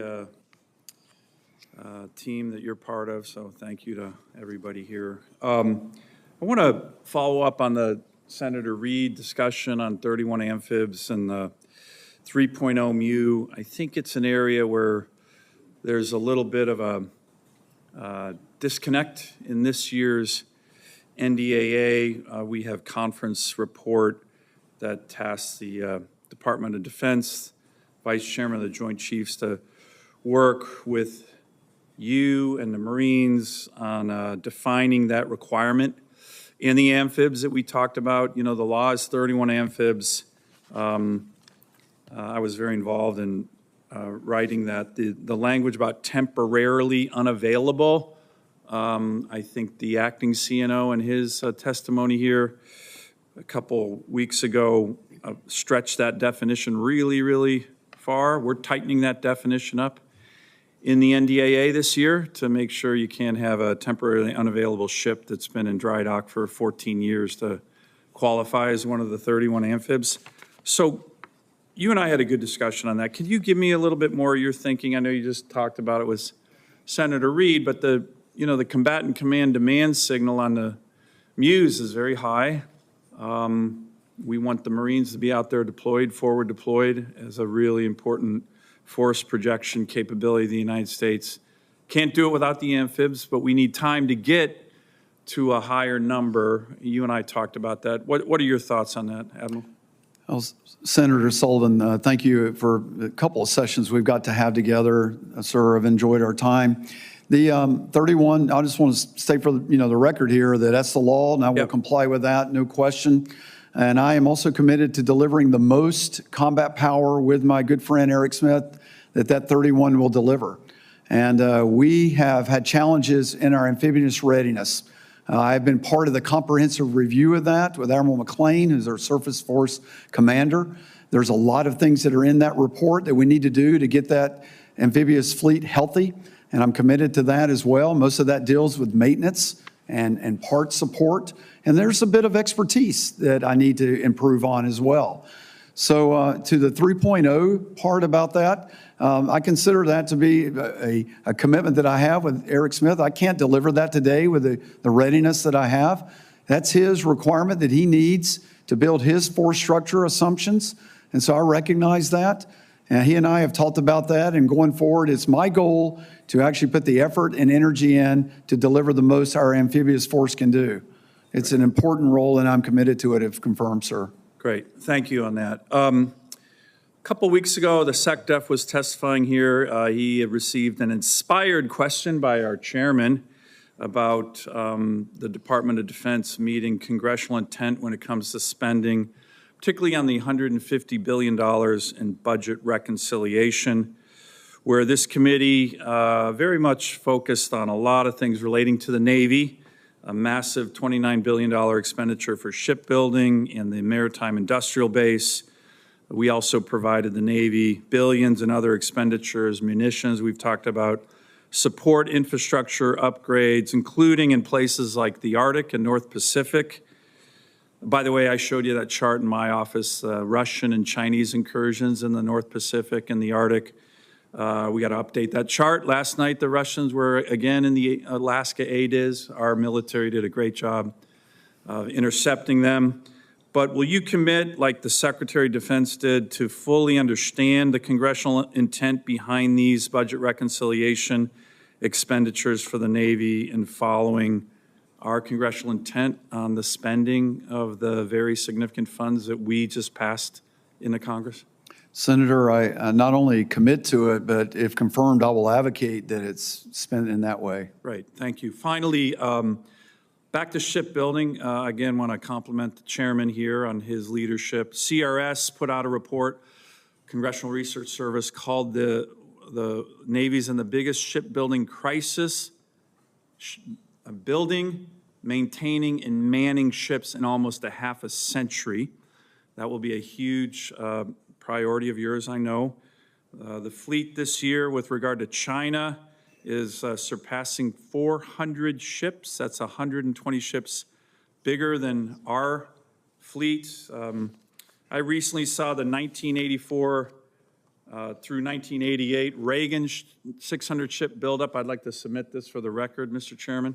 Without objection. It's remarkable what our country did with a much smaller workforce, a much smaller economy, to get to essentially 600 ship Navy. It's amazing. 124 new construction ships, new ships completed from 1984 to 88. Can you just give us again, I know we focus on a lot today, it's so important, what you think the shipyard of the future looks like? One of the provisions in the NDAA that I got in this year talked about the Navy looking at a West Coast shipyard and the need for that. I know a lot of leadership in the Navy thinks we need that. Quick answer on that, the shipyard of the future and what that might look like to catch up and get out of this crisis, catch up with the Chinese, but get out of this crisis that we're in right now. We may want to give a brief answer and supplement that on the record. Okay. Well, I can tell you it's going to take a world-class workforce, one that's not attriting in double digits. It's going to take more robotic autonomous systems to get their production and quality done on time. It's going to take more competition, so less single-source vendors. And it's going to just take an all-hands-on-deck approach to the project management, the actual workforce management that you referenced back in the 80s was able to do it. So why can't I do it today? That turns into people. That's a people problem. And I need to get my hands around that so we're actually delivering these on time, sir. Thank you, Admiral. Thank you, Mr. Chairman. Thank you very much, Senator Kelly. Thank you, Mr. Chairman. Admiral, congratulations on your nomination for this very important role. As you know, the Navy, I spent 25 years in the Navy, very important to me. We've got a great Navy. There's always opportunities to improve it. I want to follow up Senator Sullivan's questions about shipyards, but also from the angle of our merchant fleet and our ability to move combat power across the ocean, especially the Pacific Ocean. The Chinese can build about 1,200, I think between 2020 and 2022, about 1,200 commercial ships. In that time period, we built 6. So 1,200 versus 6. And the reason I, bring this up is obviously we have a military sea lift command that can move weapons and people, and we have pre-positioned ships in Diego Garcia and other places around the world. But, that helps a lot at the beginning of a conflict. And, we're better than any other country in contested logistics in general. But when you get further into a conflict with some attrition, we could find ourselves in a very challenging spot, and I'm very, very concerned about this. I've introduced, along with Senator Young and some colleagues in the House, a bipartisan bicameral bill called the Ships for America Act to rebuild our commercial shipbuilding and our entire maritime industry, including the workforce, which is also a challenge. Right now, just to man merchant ships that we have, the 80 ocean-going merchant vessels in international trade, we are sometimes at a loss for finding crews.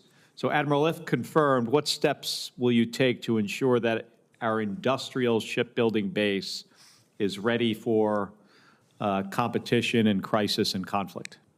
Well, Senator, thanks for that. I think and for championing this, quite frankly, it's an important issue. Our combat logistics force, our oilers and TAKEs, and pretty much all of our ships with a T at the beginning, we're not in a good place. And predominantly, that comes from a couple of challenges that we face. Challenges with having the right number of masters, first mates, chief engineers, and some of the able-bodied seamen as well. So we have a crewing problem that we're addressing. And so we're after that. A campaign plan, working with legislative propositions on making sure compensation is adequate, leave accrual, rotation in a timely manner, so we're not holding those mariners on station without knowing where the relief is coming from. We're working all that. We do have some delivery of our new class problems. We get the ships late, and when we do, sometimes they require additional work before we can put them in the field. So that's something we need to work on as well. I think all the Shipbuilding Act and all the emphasis that the administration, Department of Defense is putting on that will be a tide that raises all boats, if you will. It's going to help me with my civilian mariner problem. The MARAD problem of accountability after a degree, and me getting my fair share of those mariners is something I'm also working on. And so it's a lot to your question, but if I'm confirmed, sir, you have my commitment, I will work and focus on it. Yeah, I'm a graduate of the U.S. Merchant Marine Academy. 1986, left there with a third assistant, and a third mate's license, third assistant engineer. And we graduate, and the Merchant Marine Academy puts out more mariners that actually go to sea than I think the state schools combined. And all these schools do a fine job educating mariners that we need for our national security. I was meeting with Sean Duffy, Secretary of Transportation, about this and some other things about a week ago, and one of the things he stressed was the infrastructure problem at the U.S. Merchant Marine Academy. And he's committed to work with me, and we're reviewing our legislation again to make sure that we have the necessary resources and to try to get the administration to get behind this. Because if we properly fund the U.S. Merchant Marine Academy and the state schools and provide the training vessels we need to educate this workforce, that will better position the United States Navy to have the mariners it needs to, man those oilers and supply ships and others. So thank you, Admiral, for your continued service to this nation. Thank you, Senator. Appreciate it. Let me give a hearty bipartisan endorsement to Senator Kelly's remarks about the Merchant Marine Academy. Senator Tuberville. Thank you, Mr. Chairman. Admiral, congratulations. Thank you. You've earned this. We're looking forward to working with you. We talk about shipbuilding, and we do a lot of that in my state of Alabama. Now we're in the submarine business, but I was also in the education business. We're 500,000 electricians short in this country, and mine in your lifetime, we can't catch up. We're going to have to use our allies to help build some things. What's your thoughts about that? And, for instance, Korea, they build 5 to R1 keels. Are your thoughts on helping and working with our allies to help build ships in the future? Well, Senator, thanks for meeting with me. I enjoyed our time in your office. I want to work with the Secretary of the Navy and the Department of Defense on looking at this hard. Again, I've said this is an all hands on deck. I don't know how we do what we need to do without bringing international partners into the capacity problem that we have while we build up our capacity, because we need ships today. And so there are no magic beans to that. There's nothing that's going to just make that happen. So the solution space has got to open up. And I think part of that has to look at international partnerships to give us a little bit of a relief valve while we work on our own organic industrial capacity. Yeah, as you said, we need them yesterday. And again, this education problem is not going away. Our workforce problem is not going away. We got to use the best that we know how. And we got to build ships, and we got to build them fast. And but they got to be good ships. And I think working with our allies is going to be one way for us to address this problem. What's your thoughts on unmanned vessels like sail drones that we make in our state of Alabama? Are you familiar with those? Senator, I am familiar with them. Those are type of technologies that are crucial. Sail drones are a part of the fabric of how we improve our maritime domain awareness. You've, I'm sure, heard of the instantiations we've had with our Task Force 59 in the Arabian Gulf using those type of technologies. We've had them in the Gulf of America with our Southern Border Watch, using them there with Fourth Fleet and other places. So yes, that's a part of exactly what we need to network persistent capabilities where I don't want manned vessels spending time just collecting things that unmanned can do much more affordably and effectively. Yeah, those have been used well down in the Caribbean on a war on drugs, and we're proud of how they've worked, and we need to continue to expand that. I don't think there's any doubt about that. A lot of eyes out there that we don't have to man people and train people, but it's good that you go along with it. Thank you, Mr. Chairman. Thank you, Senator Tuberville. Senator Shaheen. Well, thank you. Congratulations, Admiral Cottle. Thank you to you and your family for your willingness to continue to serve this country. And thank you for taking time to meet with me when we had the opportunity to discuss, among other things, the Portsmouth Naval Shipyard. I very much appreciated your commitment to ensuring that the shipyard is able to hire the workers that they need. I know that Secretary Phelan has also committed to that. But as we talk to folks at the shipyard, there's still a challenge with being able to onboard the folks that they would like to hire. There's still not clarity coming from the Department of Defense, OPM, and other federal agencies about the fact that they are supposed to be exempted from the reduction in force, full stop. And so, again, I appreciated your commitment to work on this, but if you could just let me know what you think is the challenge and how we assure the public shipyards that they are exempt from that hiring freeze. Well, Senator, thanks for meeting me. And as I told you, I did bring my Portsmouth clan with me, and they're happy to sit here and part of the great city of Portsmouth, which we talked about quite a bit. I love that shipyard. It's an incredible national treasure. Any delay to onboard a worker who wants to serve their country and build our ships needs to be eliminated. So you have my full commitment, if confirmed, that I'll work with Secretary of the Navy and the administration, OMB, and my team to streamline the onboarding of workers who want to go build our ships and repair our submarines. So you have my commitment on that, ma'am. Well, thank you, and I appreciate that you have a Portsmouth contingent. That means you'll come up to our neck of the woods on a regular basis, and so if I can ever be helpful and meet you at the shipyard to talk about the good work they're doing there, please let me know.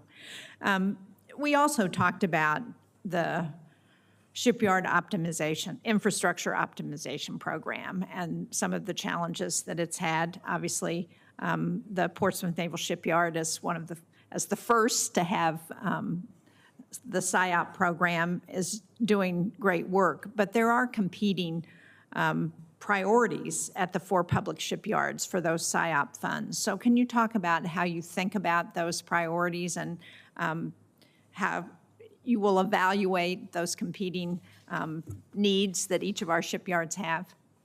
Well, when it comes to this, the heart of my discussion today has this at the very point of it, that I'd like to get out of the competition for those funds. So I want to, if that means advocating for more top line to get that, then I may need to advocate for more top line, because I can't say I want to increase the repair capability and then underfund the exact thing that needs to be done to actually do that. So if I'm forced to do that, I will have to make my advice and recommendations to the Secretary of the Navy and how we build out our budget recommendations.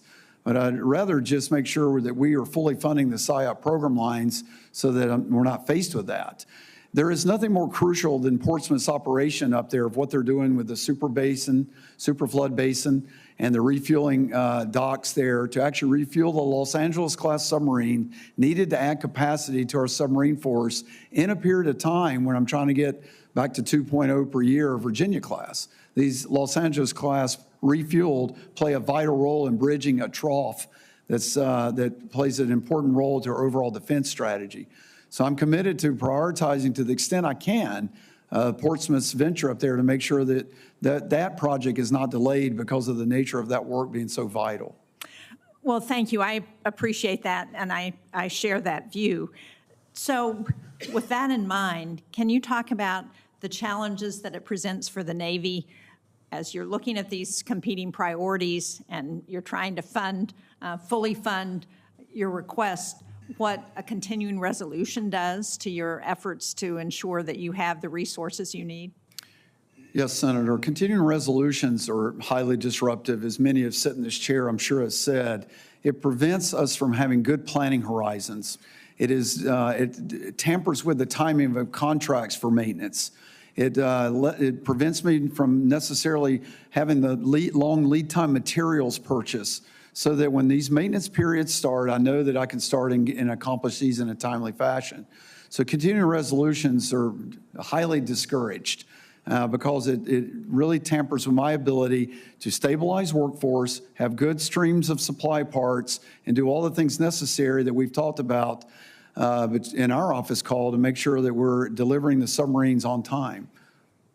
Well, thank you. I hope this Congress can do a better job so that you're not faced with continuing resolutions. Thank you, Mr. Chairman. Thank you, Senator Shaheen. Senator Banks. Thank you, Mr. Chairman. Admiral, great to see you again. Congratulations on this most important nomination. I love the United States Navy. I'm a veteran of the United States Navy Reserves, and I can't imagine someone better at a time like this to lead the Navy than you, and we appreciate your service to our country.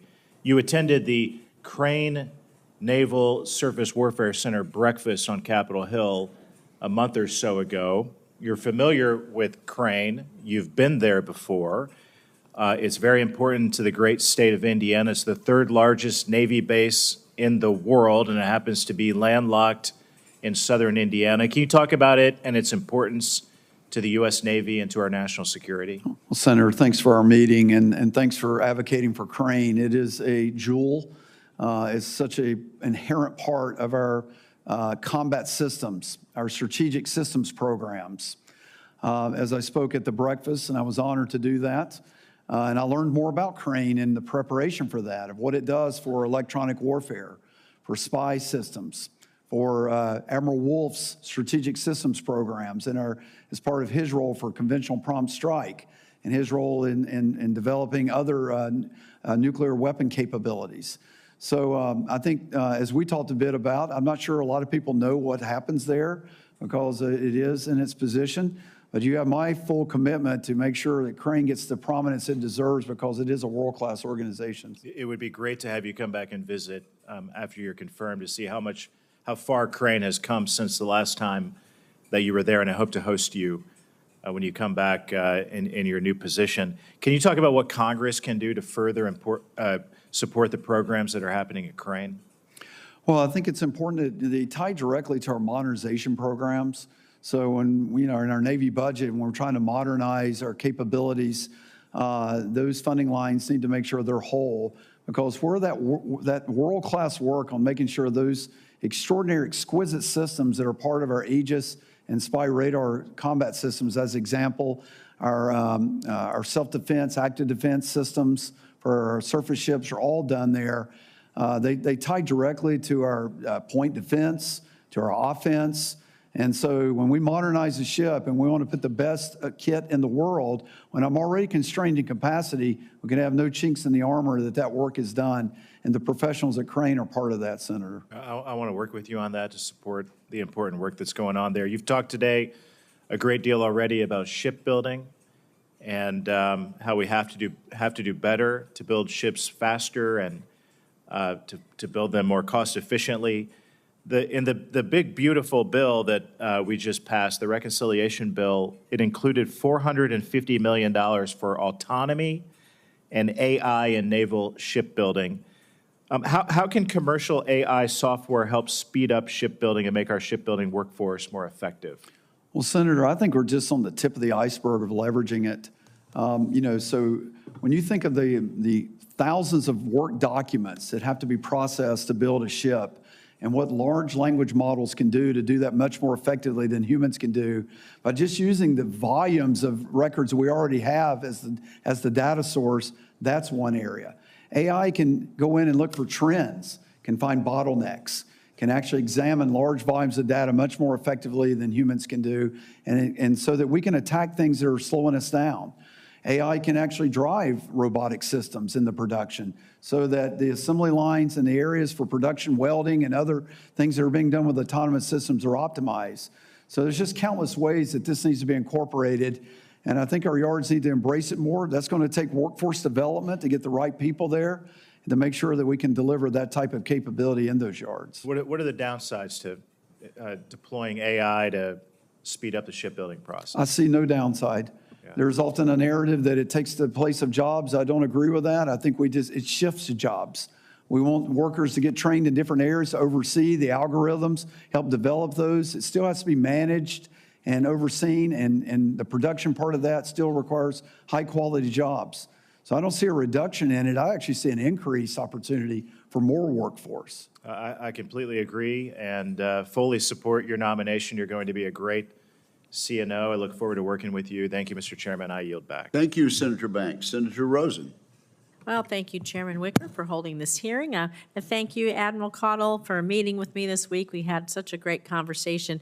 And I thank you for your lifetime of service, for your family's lifetime of service, your willingness to continue to serve our country. And you brought up the great work of Task Force 59 just a few minutes ago, and I just have to mention that I was able to visit Task Force 59 when I was in Bahrain a few years ago along the Fifth Fleet. They are doing amazing things to map, protect our waterways, and I look forward to seeing all the developments they bring to us. But I'm going to move on to Fallon and what we talked about, Fallon Naval Air Station and its modernization.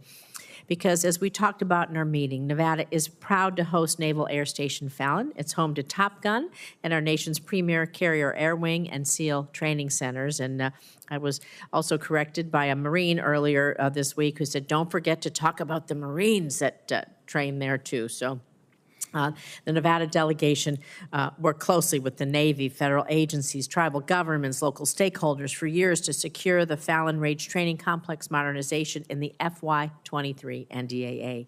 It expands our range by over 600,000 acres to meet critical national security training needs.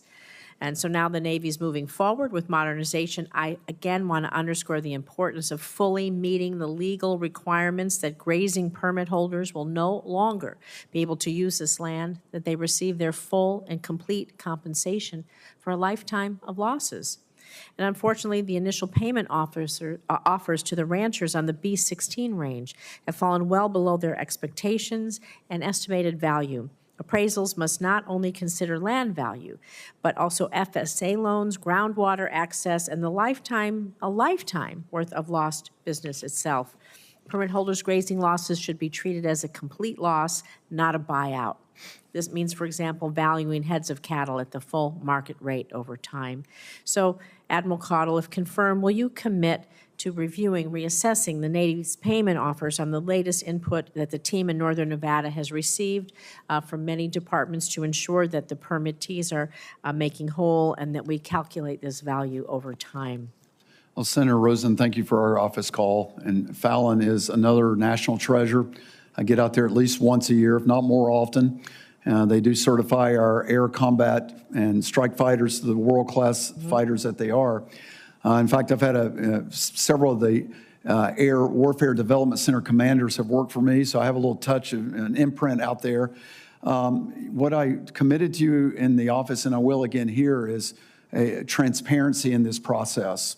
I'm fully committed to that. I want to understand I'll call it the algorithm by which the compensation is being reviewed. I will work with my team, if confirmed, to make sure I work with your team and get out there and talk with people if necessary to make sure that we compensate this in accordance with the regulation, rules, and law to the best of my ability if I'm confirmed. Well, I'm hoping that you'll commit. We'll just schedule a meeting with maybe my team, some of the impacted stakeholders, and they can speak for themselves, bring you up to speed as we embark on this journey.